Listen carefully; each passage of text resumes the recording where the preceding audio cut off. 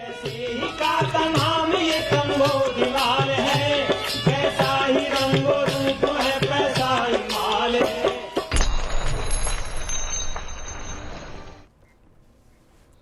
नमस्कार, मैं हूं शुभम शंकर। आप देख रहे हैं मनी 9। समय हो गया आपके पसंदीदा कार्यक्रम मनी सेंट्रल का। खबरें तैयार, हम तैयार। हमारे साथ स्टूडियो में तैयार है मनी 9 के एडिटर अंशुमान तिवारी जी। सर, बहुत स्वागत है आपका।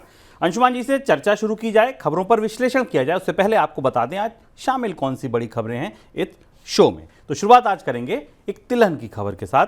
तिलहन के बाजार में भी महंगाई की चुनौती बनने लगी। क्या हाल है इस बाजार का, क्या हाल है फसल का, मानसून की कितनी मार है यहाँ, ये जानेंगे। त्योहारों की रौनक पर भारी पड़ेगा मानसून, ऐसा दिखने लगा है। टू व्हीलर की, गोल्ड की इन बिक्री पर असर पड़ेगा। कितना असर पड़ेगा, कौन कौन से बाजारों पर असर पड़ेगा, ये जानेंगे। अनसिक्योर्ड लोन पर चिंता में बैंक बांट रहे थे तो बाजार में अच्छा लग रहा था, क्रेडिट की ग्रोथ आ रही थी, लेकिन अब ज़्यादा बढ़ गए ऐसा लग रहा है।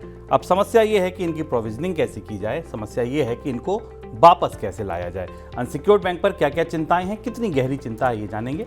भारत से क्यों वापस जा रहा है एफडीआई आ तो नहीं रहा था, लेकिन जो आ भी गया था वो भी अब वापस जाने लगा है। क्या वजह है, ये जानेंगे। शेयर बाजार में क्यों ढेर हो गए अदानी के शेयर। आज के शेयर बाजार में 10 के 10 शेयर, जो अदानी समूह की कंपनियां लिस्टेड हैं, 10 के 10 शेयर आज शेयर बाजार में टूट गए। वजह थी एक रिपोर्ट आना। रिपोर्ट इस बार हिंडनबर्ग की नहीं थी, किसी और संस्था की थी।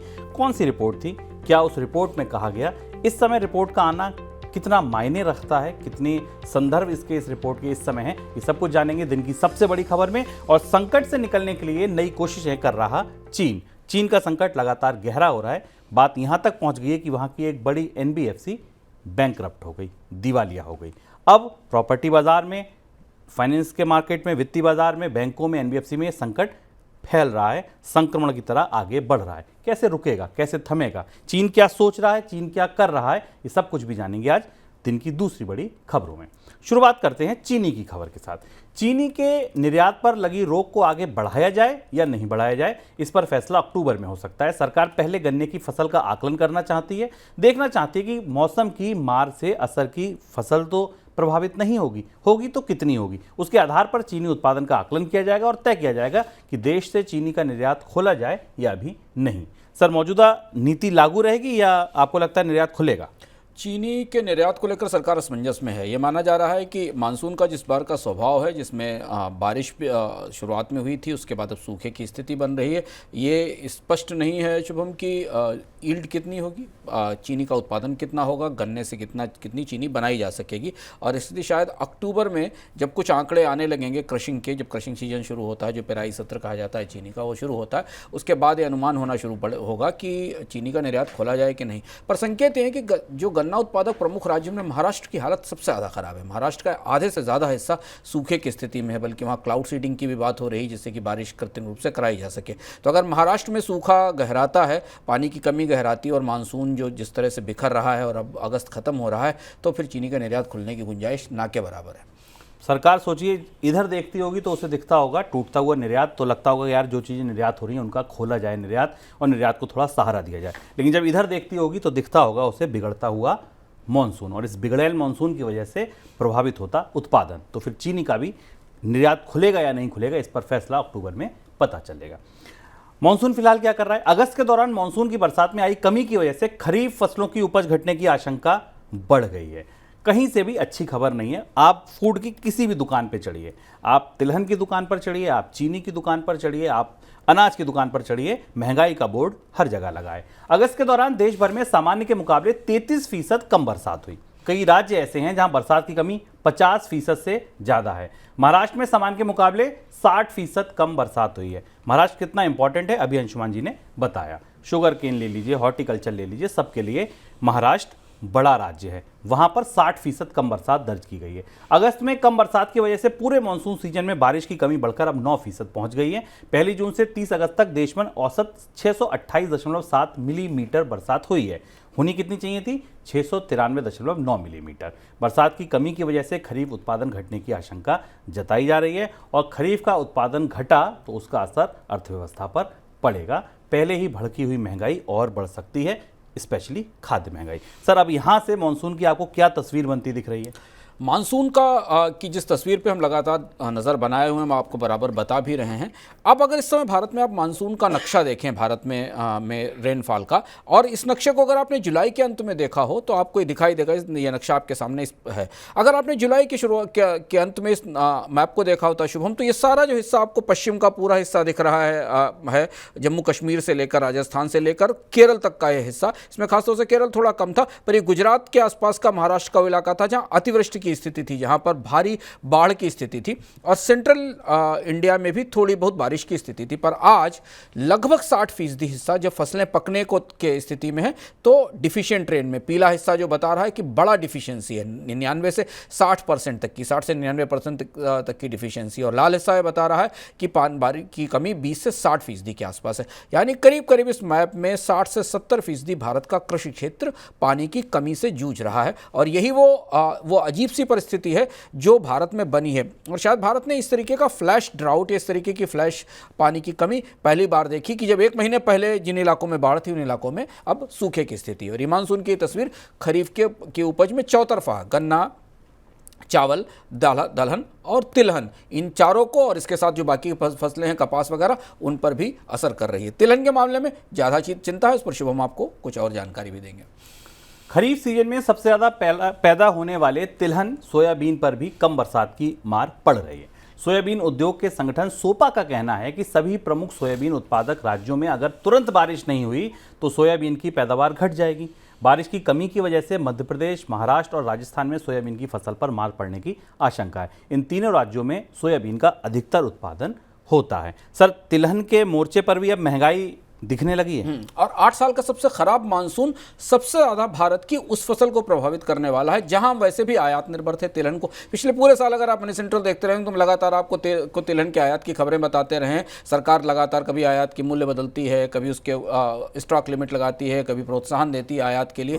भारत पूरी तरह से खाने के तेल के लिए, अपनी काफ़ी ज़रूरतों के लिए, 60% ज़रूरतों के लिए इम्पोर्ट पर निर्भर है।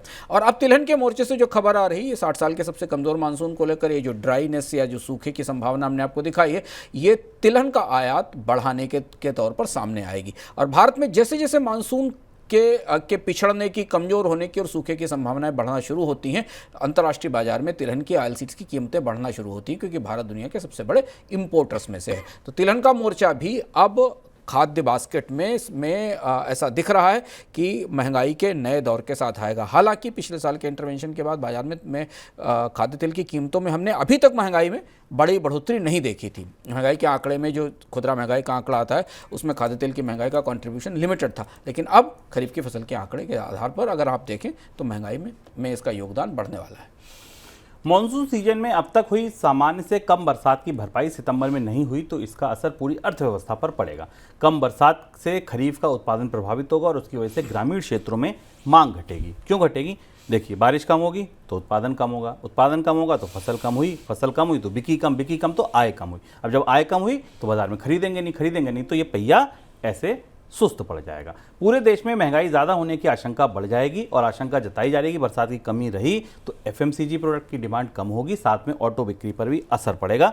गोल्ड की मांग पर भी पड़ सकता है, क्योंकि गोल्ड की 80% जो मांग है वो गांव से ही निकलती है। सर, त्योहारों को लेकर भी, त्योहार सबसे इंपॉर्टेंट होते हैं भारत में और सबसे ज़्यादा ये 3 महीने सबसे ज़्यादा इंपॉर्टेंट होते हैं हर तरह से। कंपनियों के लिहाज से देखिए, खरीद के लिहाज से देखिए, इकोनॉमी को रफ्तार देने के लिहाज से देखिए, यहाँ पे भी संकट बनने लगा। त्योहारों पर खराब और कमज़ोर मानसून का साया है। और जब आज हम इसको रिकॉर्ड कर रहे हैं तो आज सरकार की तरफ से जीडीपी के आंकड़े जारी किए जाएंगे और उसमें पहली तिमाही के आंकड़ों में शायद तस्वीर थोड़ी बेहतर दिखाई दे सकती है। इस रोशनी में अगर आप देखें कि पहली तिमाही में भारत में करीब 12 से 13% की ग्रोथ रेट एफएमसीजी की डिमांड में, जो फास्ट मूविंग कंज्यूमर गुड्स हैं, जो जिन उपभोक्ता सामानों का हम इस्तेमाल करते हैं, उसमें थोड़ी बढ़ोतरी दिखाई दी थी और इसलिए शायद उसका रिफ्लेक्शन हमको जीडीपी के आंकड़े में भी दिखाई देगा तिमाही के। लेकिन अगली ही तिमाही खराब मानसून की तिमाही है, पार्शियली सूखे की तिमाही है, बहुत देश के बड़े हिस्से में बाढ़ और मौसम की उथल पुथल की तिमाही है। और इसलिए अब कंपनियां त्योहारी सीजन को लेकर अपने उत्साह के स्तर को थोड़ा रेगुलेट कर रही हैं, उसे सीमित करने की कोशिश कर रही हैं। कारों की बिक्री को लेकर चिंता है क्योंकि ग्रामीण इलाकों से मांग नहीं निकलेगी। बाइक्स की बिक्री को लेकर चिंता है। गोल्ड की डिमांड को गिरने की संभावना है। और इसके अलावा एफएमसीजी कंपनियां भी ये देख रही हैं कि त्योहारी सीजन शुरू होने तक क्या लोगों की जेब में इतने पैसे होंगे कि वो उतने उत्साह के साथ त्योहार में खरीदारी कर सकें जिसकी उम्मीद उन्होंने की थी। यहाँ एक और स्पॉइलर है, यहाँ एक और खलनायक है, वो है महंगाई। जो खाद्य बास्केट की महंगाई अब लोगों की सामान्य खपत की, जो बेहतर जिंदगी को बेहतर करने की खपत की जरूरतें, उन पर भी भारी पड़ रही है। तो कंपनियों को ये भी दिख रहा है कि खाने पीने की चीज़ें इतनी महंगी हैं कि लोगों के लिए कि बजट से बाहर है, और इसलिए कंज्यूमर प्रोडक्ट्स की, एफएमसीजी की या ऑटोमोबाइल्स की या इलेक्ट्रॉनिक्स की बिक्री में इस बार त्योहारी मौसम में उतना उत्साह शायद ना नजर आए।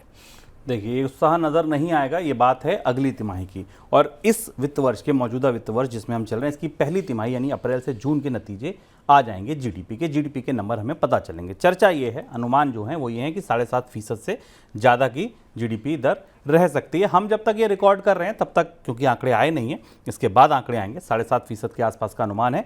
तो जो भी आंकड़े आएंगे इस पर हम आपको कल डिटेल में चर्चा करेंगे और खोज के लाएंगे कि हाँ, जीडीपी के आंकड़ों में क्या कुछ ऐसा छुपा है जो आपको जानना ज़रूरी है। इस बार रबी सीजन में देश के जेनेटिक मॉडिफाइड यानी जीएम खेती होने की देश में कोई संभावना नहीं बची। क्यों नहीं बची?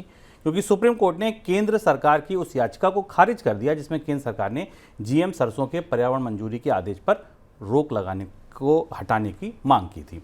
सुप्रीम कोर्ट ने अपने आदेश में कहा कि जीएम सरसों को हरी झंडी देने से पहले इसकी वजह से पर्यावरण पर होने वाले असर का पता करना जरूरी है, क्योंकि इसकी खेती शुरू होने के बाद अगर पर्यावरण को नुकसान हुआ तो उसकी भरपाई कैसे होगी ये पता होना चाहिए। सर, अब क्या सरकार को दिक्कत आएगी इस आदेश के बाद? सुप्रीम कोर्ट सरकार को झटका लगा है जीएम जेनेटिकली मॉडिफाइड सरसों के उत्पादन को लेकर, और खासतौर से सरकार इस समय, या भारत के खाद्य अर्थव्यवस्था में इस समय जबकि मानसून खराब है, कमज़ोर है, सूखे की संभावना है, तिलहन के बारे में भी आपको शुभम ने विस्तार से बताया कि तिलहन की फसल को लेकर क्या स्थिति और आयात का खतरा है। ऐसी स्थिति में सरकार ये चाह रही थी कि शायद जेनेटिकली मॉडिफाइड या जीएम फूड्स की पे जो रोक लगी है उसमें सुप्रीम कोर्ट से मंजूरी मिल जाए। पर यह मामला पिछले करीब 6-7 सालों से दोनों जगह फंसा हुआ है। सरकार कभी इसके पक्ष में होती है और कभी इसके विपक्ष में होती है। अब सरकार इसके पक्ष में, पर अदालत का मानना यह है कि इस तरीके की फसलों का इस्तेमाल करने से पहले पर्यावरण पर और फसलों पर इसके असर को ध्यान रखा जाए। जेनेटिकली फूड्स या जेनेटिक फूड्स विवाद का विषय है। पूरी दुनिया में अलग अलग जगह अलग अलग तरीके की राय हैं। हालांकि सरकार का कहना था कि प्रायोगिक तौर पर 8-10 स्थानों पर इसकी खेती की मंजूरी दी जानी चाहिए। सुप्रीम कोर्ट उस पर भी तैयार नहीं हुआ। भारतीय रिजर्व बैंक के गवर्नर शक्तिकांत दास ने अर्बन कोऑपरेटिव बैंक्स को बड़े कर्जदारों के पास फंसे कर्ज की वसूली को लेकर लगातार प्रयास करने को कहा है। गवर्नर ने अकाउंटिंग के आधुनिक तरीकों से वास्तविक वित्तीय स्थिति छिपाने को लेकर बैंकों को चेतावनी भी दी है। कर जोखिम प्रबंधन में बैंकों के निदेशक मंडल की जिम्मेदारी तय करते हुए गवर्नर शक्तिकांत दास ने एनपीए के लिए पर्याप्त प्रावधान करने का भी निर्देश बैंकों को दिया है। सर, सहकारी बैंकों पर स्पेशली अगर देखें तो एनपीए का दबाव क्या ज़्यादा गहरा है? हाँ, अब इस समय चिंता सरकार रिजर्व बैंक की उन बैंकों पर भी है जो सेकेंडरी लेवल की भारत की बैंकिंग है, कोऑपरेटिव बैंकिंग या जो एनबीएफसी रिलेटेड बैंकिंग है उसके ऊपर है। और स्पेसिफिकली खास तौर पर रिजर्व बैंक ने अर्बन कोऑपरेटिव बैंक्स के कामकाज पर सवाल उठाए हैं। और जो सवाल है वो गंभीर इसलिए है क्योंकि उनसे एनपीए की सही जानकारी नहीं दे रहे। ये भी एक मुद्दा है। एनपीए छुपा रहे हैं, उनके फंसे हुए कर्ज छुपा रहे हैं। और इसके अलावा उनका जो वसूली की प्रक्रिया है, जो बाकी कमर्शियल बैंक्स हैं, चाहे वो सरकारी बैंक हो या निजी बैंक हो, उनकी तुलना में उनकी वसूली की प्रक्रिया भी धीमी है। आरबीआई को पूरे सिस्टम में जगह जगह अब एनपीए के खतरे वाले बल्ब जलते दिखाई देने लगे हैं, और उसमें कोऑपरेटिव सेक्टर एक महत्वपूर्ण सेक्टर हो सकता है। आपको याद होगा कि पिछले 2-3 साल के अंदर आरबीआई ने कोऑपरेटिव सेक्टर पर बहुत सख्ती की है। हर 2-3 दिन बाद, 4 दिन बाद आपको किसी कोऑपरेटिव बैंक के कामकाज पर प्रतिबंध लगाने की घोषणाएं आती रहती हैं, क्योंकि वो सेक्टर है जहां कई सारे रेगुलेशंस के भी इश्यूज हैं और कंप्लायंस के भी इश्यूज हैं। रेगुलेशन और कंप्लायंस के इश्यूज भले अर्बन कोऑपरेटिव बैंकों के साथ हों, लेकिन अनसिक्योर्ड लोन का जो इशू है वो पूरी बैंकिंग इंडस्ट्री के सामने दिख रहा है। हालांकि उस पर अंशुमान जी की टिप्पणी ले उससे पहले मैं आपको अनसिक्योर्ड लोन की एक तस्वीर दिखाता हूं। देश में क्रेडिट कार्ड के जरिए खर्च करने का आंकड़ा तेजी से बढ़ रहा है। रिजर्व बैंक के आंकड़े बताते हैं कि जुलाई के दौरान देश भर में क्रेडिट कार्ड से 1.44 लाख करोड़ रुपए की पेमेंट हुई है, जो क्रेडिट कार्ड से पेमेंट का नया रिकॉर्ड है। इससे पहले इतनी पेमेंट कभी नहीं हुई। इससे पहले का जो रिकॉर्ड था 1.4 लाख करोड़ रुपीस का था, लेकिन जुलाई में वह रिकॉर्ड टूट गया। जुलाई के दौरान देश में 11.9 लाख नए क्रेडिट कार्ड जारी हुए और देश में जारी हुए क्रेडिट कार्ड का कुल आंकड़ा बढ़कर 8.98 करोड़ के पार हो गया। देश में अब करीब करीब 9 करोड़ लोग ऐसे हैं जिनके 9 करोड़ कार्ड हैं। ये तो नहीं कह सकते कि लोग हैं, क्योंकि एक के पास अगर 5 कार्ड है तो ये माना जा सकता है कि व्यक्ति तो वो एक ही है, कार्ड 5 है। तो देश में अब करीब करीब 8 करोड़ 98 लाख कार्ड हैं जो लोगों के पास हैं। सर, कार्ड से यानी कि क्रेडिट कार्ड मतलब कि अनसिक्योर्ड लोन, वहीं जाकर जुड़ता है ये चिंता पूरी बैंकिंग इंडस्ट्री के सामने कितनी बड़ी है? आमतौर पर बैंकिंग उद्योग के लिए ये सबसे ज़्यादा चुनौतीपूर्ण और सनसनीखेज खबर है। जो अभी ताज़ा अध्ययन बैंकिंग कंपनियों के भीतर से निकल कर आया है, उसमें नोमुरा के अध्ययन ने कहा है शुभम कि बैंकिंग कंपनियों को या बैंकों को इस साल जो अपनी प्रोविजनिंग करनी होगी उसमें 60 से 70% हिस्सा अनसिक्योर्ड लोन के लिए रखना होगा। अरे बहुत बड़ी खबर है, बहुत बड़ी बात है। यानी प्रोविजनिंग का मतलब ये कि वो पैसा जो इस व्यवस्था के साथ, इस संभावना के साथ अलग कर दिया जाता है कि अगर ये लोन डूब गए तो इसके बदले बैंक अपने इक्विटी से, अपने कैपिटल से, अपने मुनाफे से पैसा निकालकर कैपिटल में रखेगा। ये वो प्रोविजनिंग का हिस्सा है। और नोमुरा का यह मानना है कि चूंकि भारत के में अनसिक्योर्ड लोन में 26% की ग्रोथ रेट दिखाई दी है और इसलिए ये सबसे बड़ी फॉल्ट लाइन है, सबसे बड़ी दरार भारतीय बैंकिंग सेक्टर के अंदर बन रही है। अनसिक्योर्ड लोन में शुभम ने आपसे जिक्र किया क्रेडिट कार्ड का, इसके अलावा पर्सनल लोन अनसिक्योर्ड लोन में है, बहुत सारे कंज्यूमर लोन अनसिक्योर्ड लोन्स में है और बैंक बहुत तेजी से लोगों को इस तरीके के लोन दे रहे हैं जिनके पीछे कोई गारंटी, कोई मॉर्टगेज, कोई सुरक्षा नहीं है। आमतौर पर कमर्शियल लोन्स या हाउसिंग लोन या कार लोन्स के पीछे कम से कम कोई एसेट मॉर्टगेज के लिए होती है, इसीलिए इनको असुरक्षित अनसिक्योर्ड लोन कहा जाता है।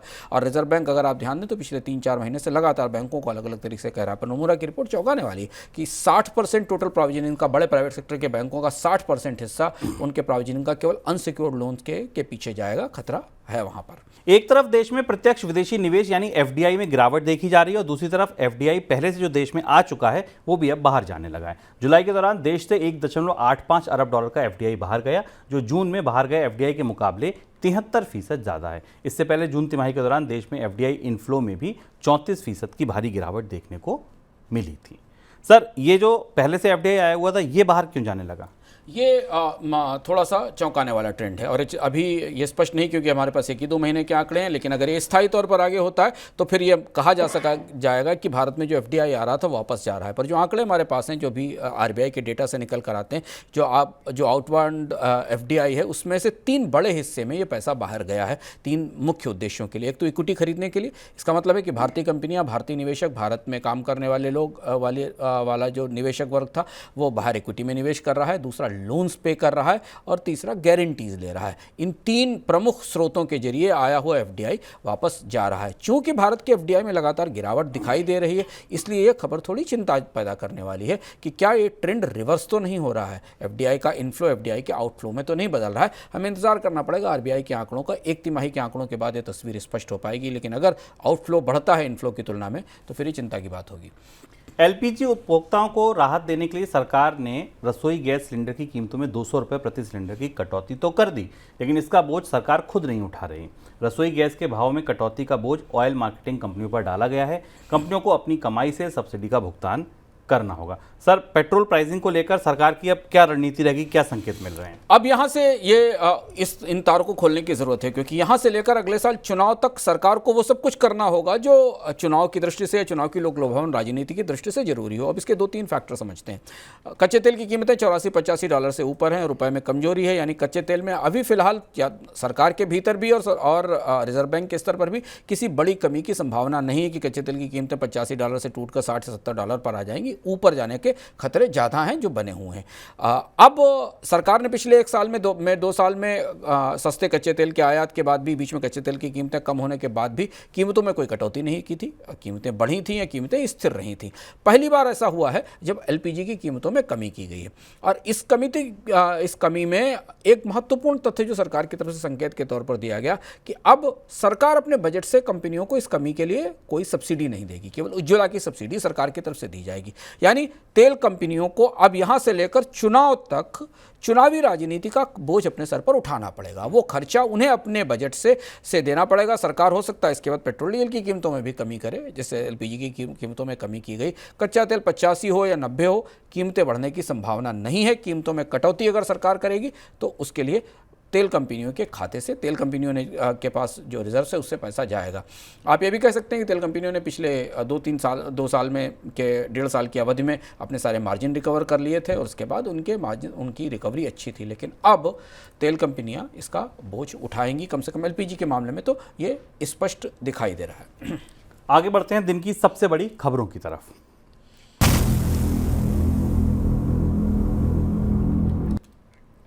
पहली बड़ी खबर अदानी समूह से जुड़ी। अदानी समूह का संकट खत्म होता नहीं दिख रहा है। हिंडनबर्ग के बाद अब फिर एक विदेशी संस्था ने गंभीर आरोप लगाए हैं, जिसकी वजह से गुरुवार को शेयर बाजार में ग्रुप के सभी शेयरों में भारी गिरावट देखने को मिली। OCCRP organise crime and corruption reporting project ने दावा किया है कि गौतम अदानी के परिवार ने अपने ग्रुप की ही कंपनियों में करोड़ों डॉलर का निवेश मॉरिशस के कई अपारदर्शी फंड के जरिए किया है। किया क्या कि अपना पैसा उस फंड को दिया और फंड से कहा कि आप हमारी ही कंपनियों में लगा दीजिए। ये कहना चाह रही है रिपोर्ट। इस रिपोर्ट में यह भी कहा गया कि गौतम अदानी के बड़े भाई विनोद अदानी की भूमिका भी इस मामले में संदिग्ध रही है। सर, क्या निकला इस रिपोर्ट से? OCCRP की रिपोर्ट हिंडनबर्ग की रिपोर्ट के एक कदम आगे की है। हिंडनबर्ग की रिपोर्ट ने जो सूत्र छोड़ दिए थे जोड़ने से, हिंडनबर्ग की रिपोर्ट ने कहा था कि अडानी समूह की कुछ कंपनियां बाहर हैं जिनमें उनके भाई विनोद अडानी शामिल हैं और भारत से का ही पैसा रूट होकर वापस स्टॉक मार्केट में उनके स्टॉक्स में निवेश हो रहा है। ये यहाँ तक हिंडनबर्ग की रिपोर्ट ने अपनी रिपोर्ट में बात कही थी, जिसे अडानी समूह की तरफ से उस समय भी नकारा गया था और कहा था कि इस पर जांच हो चुकी है। सेबी की रिपोर्ट अभी सुप्रीम कोर्ट के पास है। OCCRP की रिपोर्ट ने अडानी समूह के आंकड़े को लेकर टैक्स हेवेंस के आंकड़े को खंगाल कर, खास तौर पर टैक्स हेवेंस के आंकड़े इसमें नया पहलू है, क्योंकि अडानी समूह की रिपोर्ट से ऑडिट रिपोर्ट्स को खंगाल कर तो हिंडनबर्ग ने अपनी रिपोर्ट दी ही थी, पर OCCRP की रिपोर्ट ने उन टैक्स हेवेंस के आंकड़े देखे जहां से ये कारोबार हुआ है और ये निकालकर रिपोर्ट में सामने दिया कि भारत से ही गया हुआ पैसा लूप होकर अडानी के शेयरों में वापस निवेश के लिए आया था और यही वो बुनियादी बात थी जो हिंडनबर्ग की रिपोर्ट में बताई गई थी। OCCRP की रिपोर्ट को अंतर्राष्ट्रीय स्तर पर कई जगह प्रकाशित किया गया और उसके बाद अब इस पूरे मामले में एक नया मोड़ आया है, क्योंकि भारत में भी इंक्वायरीज पहले से चल रही हैं। सर, अब हिंडनबर्ग की रिपोर्ट ने जो बात कही थी उस पर तो जांच चल रही है, उस पर भी सुप्रीम कोर्ट जल्दी ही कुछ कहेगा। इस बीच ये रिपोर्ट और आ गई। ये रिपोर्ट अलग अलग कैसे हैं दोनों? हिंडनबर्ग की रिपोर्ट ने जिस लूप को खुला छोड़ दिया था, OCCRP की रिपोर्ट ने उस लूप को कंप्लीट कर दिया। हिंडनबर्ग की रिपोर्ट ने यहाँ तक छोड़ा था कि अडानी समूह की तरफ से ऐसा लग रहा है कि कुछ पैसा भारत से बाहर गया है जिसका निवेश वापस अडानी समूह के शेयरों में किया गया है। OCCRP की रिपोर्ट ने उस लूप को एक तरीके से या उस पूरे सर्किल को कंप्लीट करके ये बता दिया कि ये पैसा टैक्स हेवेंस के जरिए ट्रैवल होकर गया था, अगर ये सही है जो OCCRP अपनी रिपोर्ट में आरोप लगाती। और यही बात हिंडनबर्ग ने OCCRP की रिपोर्ट के बाद अपनी प्रतिक्रिया में भी कही है कि हमने जो जहाँ तक छोड़ा था उसे आगे पहुँचा दिया है। तो अब अगर आप पूरी जांच की प्रक्रिया को देखें पिछले साल जनवरी से लेकर और अभी आज हम जब अगस्त के अंत में खड़े हुए हैं, तो जो एक सबसे बड़ा हिस्सा था, बाकी चीजें तो अलग थी, जो एक सबसे बड़ा हिस्सा था उसमें दोनों पुर्जे या दोनों हिस्से एक तरह से मिलते हुए दिखाई दे रहे हैं और यही सबसे बड़ा फिशी या सबसे बड़ा चुनौतीपूर्ण हिस्सा है अडानी समूह के कारोबार का, कि भारत अपने ही शेयरों में अपने ही पैसे से निवेश करने का जो आरोप है, वो आरोप अब इस रिपोर्ट के साथ थोड़ा और पुख्ता होकर उभर आया है। सर, क्या आपको प्रतिक्रिया समूह की तरफ से रही इस पर? अडानी समूह ने इस पर प्रतिक्रिया दी, जैसे हिंडनबर्ग पर दी थी। अडानी समूह का कहना था कि ये जिन चीज़ों जिनकी तरफ इशारा किया गया वो हिंडनबर्ग की रिपोर्ट में भी कहा गया था और ये सारे आरोप, स्वाभाविक सी बात है, आरोप बेसलेस भी हैं और इनमें कोई फैक्ट्स नहीं है और हिंडनबर्ग की रिपोर्ट में जो कहा गया था उन्हीं को दोबारा कहा जा रहा है। लेकिन OCCRP की रिपोर्ट ये बताती है कि हिंडनबर्ग की रिपोर्ट ने टैक्स हेवेंस के डेटा की पड़ताल नहीं की थी। OCCRP ने टैक्स हेवेंस के डेटा की पड़ताल करके, आंकड़ों की पड़ताल करके ये जाना है कि पैसा कैसे मूव हुआ था। सर, क्या आपको लगता है इस समय इसका कितना बड़ा संदर्भ है जब ये सुप्रीम कोर्ट में एक जांच चल रही है, सेबी अपनी जांच कंप्लीट करने वाली है, ईडी की तरफ से कुछ बात कही जा रही, तब ये रिपोर्ट। ये सबसे महत्वपूर्ण, ये रिपोर्ट का समय महत्वपूर्ण है। उसकी वजह ये कि एक बेहद प्रतीक्षित और बेहद शायद संवेदनशील रिपोर्ट सेबी की तरफ से सुप्रीम कोर्ट के सामने पहुंच चुकी है। उस रिपोर्ट में क्या है स्पष्ट नहीं हुआ है, सुप्रीम कोर्ट उस पर सुनवाई कर रहा है। सेबी किस चीज़ की जांच कर रही है? सेबी इसी आरोप की जांच कर रही है जो हिंडनबर्ग की रिपोर्ट में कहा गया। सेबी इससे पहले संसद में और अलग अलग जगह कह भी चुकी है सरकार के माध्यम से कि अडानी समूह के कुछ मॉरिशस के खातों की और अंतर्राष्ट्रीय संचालनों की जांच पहले से की जा रही। सेबी ने कई सारे विदेशी निवेशकों से जानकारी भी मांगी है। अब इस रिपोर्ट के आने के बाद सेबी की रिपोर्ट से क्या निकलता है, इसे जानना जरूरी है। हिंडनबर्ग और ओसीसीआरपी की रिपोर्ट ने यह तो बता दिया कि अडानी हिंडनबर्ग समूह में क्या हुआ, पर क्या इन आरोपों को भारतीय रेगुलेटर सही मानता है?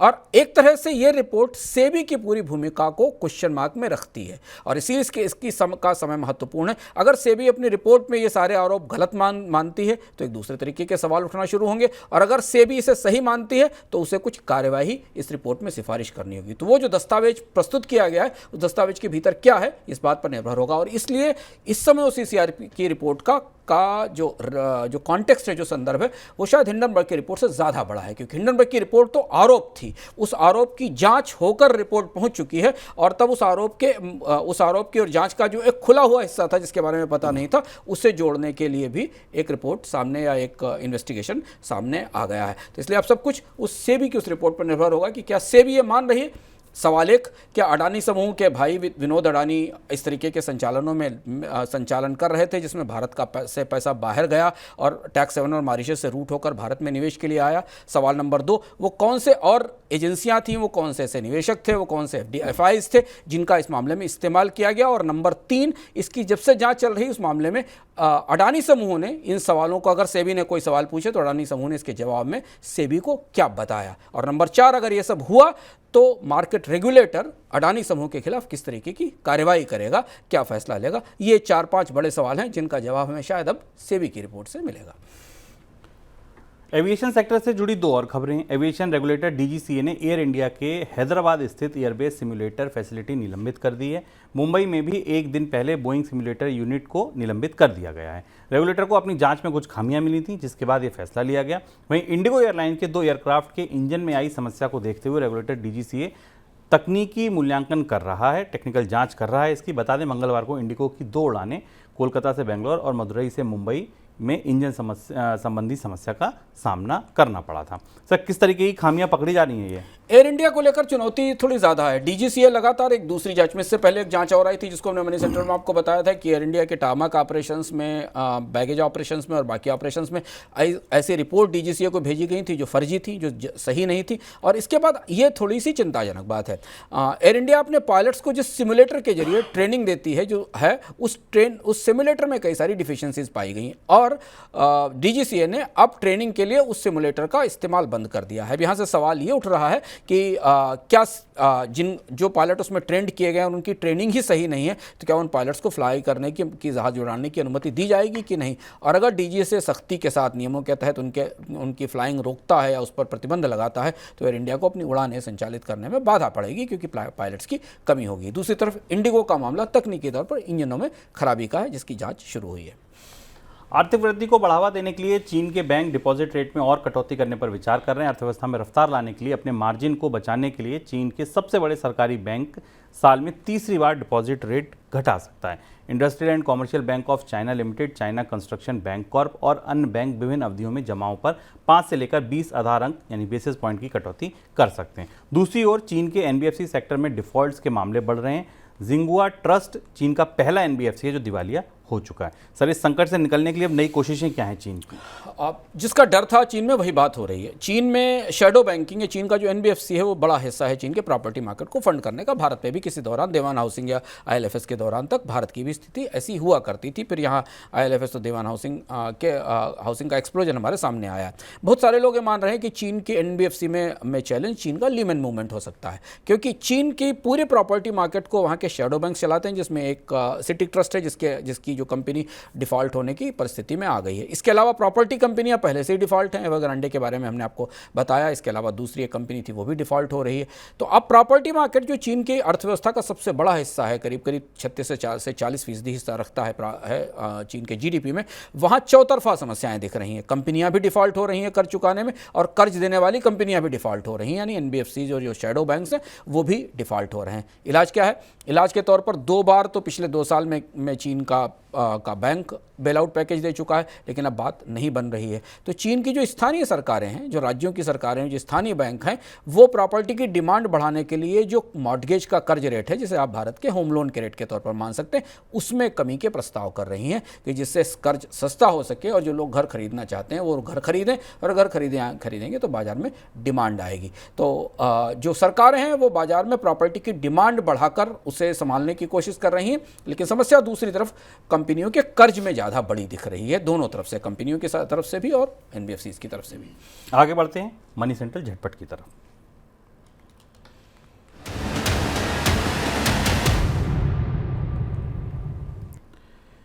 देश के बुजुर्गों की देखभाल को बढ़ावा देने के लिए नीति आयोग एक योजना पर काम कर रहा है, जिसके तहत पब्लिक प्राइवेट पार्टनरशिप के जरिए देश में वृद्ध आश्रम बनाए जाएंगे। नई स्कीम के जरिए बुजुर्गों को पहले से चलाई जा रही योजनाओं में फंडिंग बढ़ाई जा सकती है।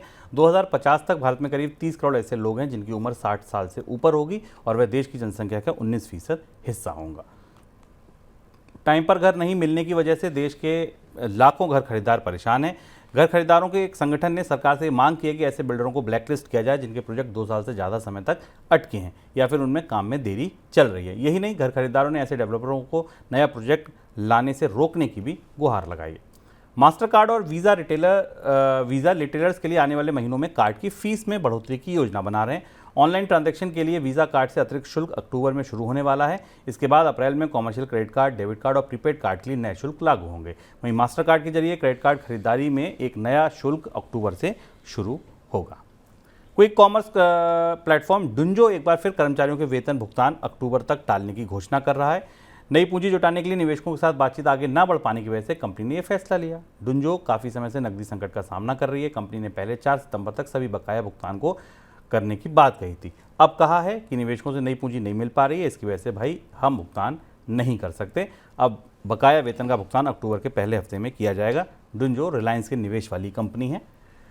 सितंबर के दौरान शेयर बाजार में प्री आईपीओ अलॉटमेंट में शेयरों की बाढ़ आ सकती है।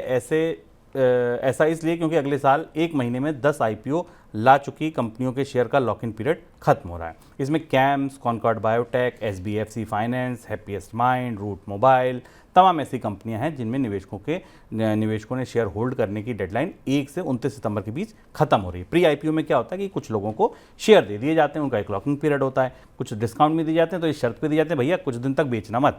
तो अब वो समय खत्म हो रहा है कि जब वो बेच सकते हैं, तो इसलिए उम्मीद है कि वो पैसा बाजार में आ सकता है, वो शेयर बाजार में आ सकते हैं। सर कोई टिप्पणी आपकी? ये शेयर बाजार की दृष्टि से खबर महत्वपूर्ण है कि करीब 37 ऐसी कंपनियां हैं, थोड़ी बहुत नहीं 37 ऐसी कंपनियां हैं जिनके प्री आईपीओ प्रमोटर्स या इन्वेस्टर्स लॉक इन खत्म हो रहे हैं।